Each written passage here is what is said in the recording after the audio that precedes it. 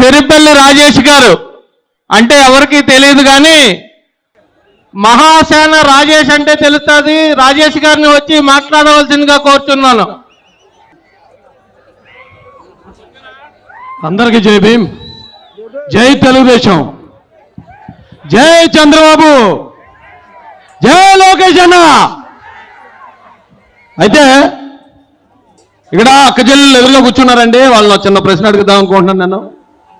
ఇంకా మన అధినాయకులు నారా చంద్రబాబు నాయుడు గారు రావడానికి ఇంకా కొంత సమయం ఉంది కాబట్టి, అలాగే అతిరథ మహారథులైన తెలుగుదేశం మరియు జనసేన నాయకులు అందరికీ కూడా హృదయపూర్వక నమస్కారాలు తెలియజేసుకుంటూ, విచ్చేసిన మీ అందరికీ కూడా హృదయపూర్వక నమస్కారాలు తెలియజేస్తున్నాను. అక్క చెల్లెలు అడుగుతున్నానండి, ఏమా ఎవరన్నా మీ దగ్గరకు వచ్చి ఓ 10 గ్రాములు బంగారం కావాలా 10 గ్రాములు వెండి కావాలంటే ఏం కోరుకుంటారు? బంగారం కోరుకుంటారు కదా. అదే 10 గ్రాములు బంగారం కావాలా 10 గ్రాములు ఇత్తడి కావాలంటే బంగారం కోరుకుంటారు. 10 గ్రాములు బంగారం కావాలా 10 గ్రాములు ఇనుము కావాలంటే ఇప్పుడు బాగానే చెప్తున్నారు. కానీ 2019లో ఆ ఎత్తడే లేకపోతే ఆ సత్తు ఏదైతే ఉందో దాన్నే కోరుకున్నాం మనం.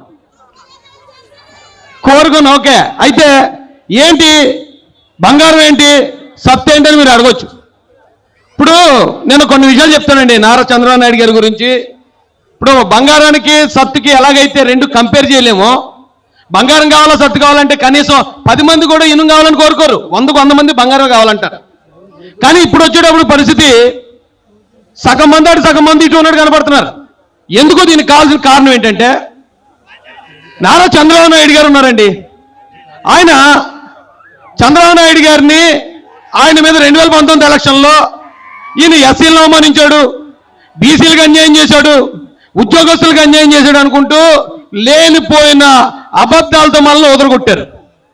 వదలగొట్టి తీరా ఈ జగన్మోహన్ రెడ్డి అధికారంలోకి వచ్చిన తర్వాత ఆయన చేసింది ఏంటయ్యా అంటే, చంద్రబాబు నాయుడు గారు ఎస్సీలకి 4 లక్షల మందికి ఎస్సీ కార్పొరేషన్ రుణాలు ఇచ్చారు. కానీ జగన్మోహన్ రెడ్డి గారు వచ్చి ఆ మొత్తం 27 పథకాలు రద్దు చేయడమే కాదండి, ఇప్పుడు దాదాపు 40 మందిని చంపించారు. ఇక బీసీల విషయం చూసుకుంటే బీసీ కార్పొరేషన్లు ఉండేవి, వాటిని జగన్మోహన్ రెడ్డి వచ్చాక నాశనం చేశాడు. అంటే ఇక్కడ బంగారాన్ని వదిలి మనం సత్తు అనే జగన్మోహన్ రెడ్డిని, నేను ఒకటే చెప్తాను, బంగారం అంటే నారా చంద్రబాబు నాయుడు గారు, ఆ సత్తు అంటే ఈ చెత్త. ఈ చెత్తను మనం ఎందుకు ఎన్నుకున్నాం అంటే, కేవలం దాని మీద రోల్డ్ గోల్డ్ పూత పూసి మనకు అమ్మేశారు. మీరు చాలా జాగ్రత్తగా గమనించండి. ఇప్పుడు ధైర్యవంతులు పులివెందుల పులి అని ప్రచారం జరుగుతుందండి.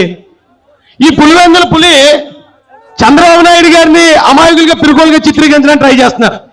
నారా చంద్రబాబు నాయుడు గారి మీద అలిపిరిలో బాంబు దాడి జరిగింది. బాంబు దాడి జరిగితే ప్రాణం తుట్టులో ప్రాణాపాయం తప్పించుకున్నాడు ఆయన. అయినా కూడా ఈ రోజుకి జనంలో తిరిగే చంద్రబాబు నాయుడు గారి ధైర్యవంతుడా? ఎక్కడో చిన్న ముళ్ళుగుచ్చుకుందని హైదరాబాద్ పారిపోయి అక్కడ మంచం మీద బెడ్డెక్కేసిన జగన్మోహన్ రెడ్డి ధైర్యవంతుడు మీరు చెప్పాలి నాకు.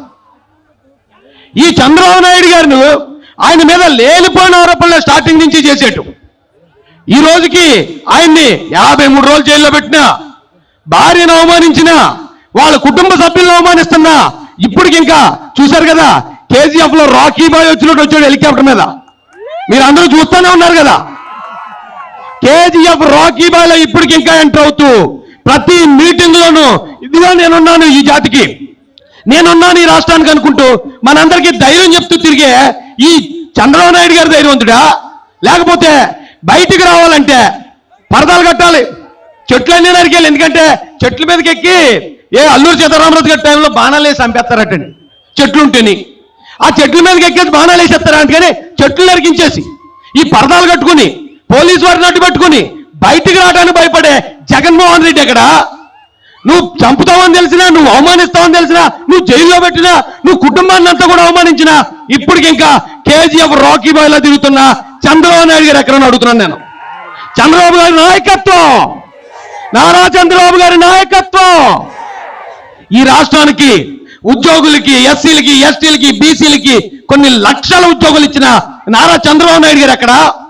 5,000 రూపాయలు ఉద్యోగం ఇచ్చి దాన్ని 100 సార్లు పబ్లిక్ రివ్యూ చేసుకునే నువ్వెక్కడ అని ఆ జగన్ రెడ్డి గారిని ఈ స్టేజ్ నుంచి మేము ప్రశ్నించడం జరుగుతుంది. చాలా జాగ్రత్తగా గమనించండి.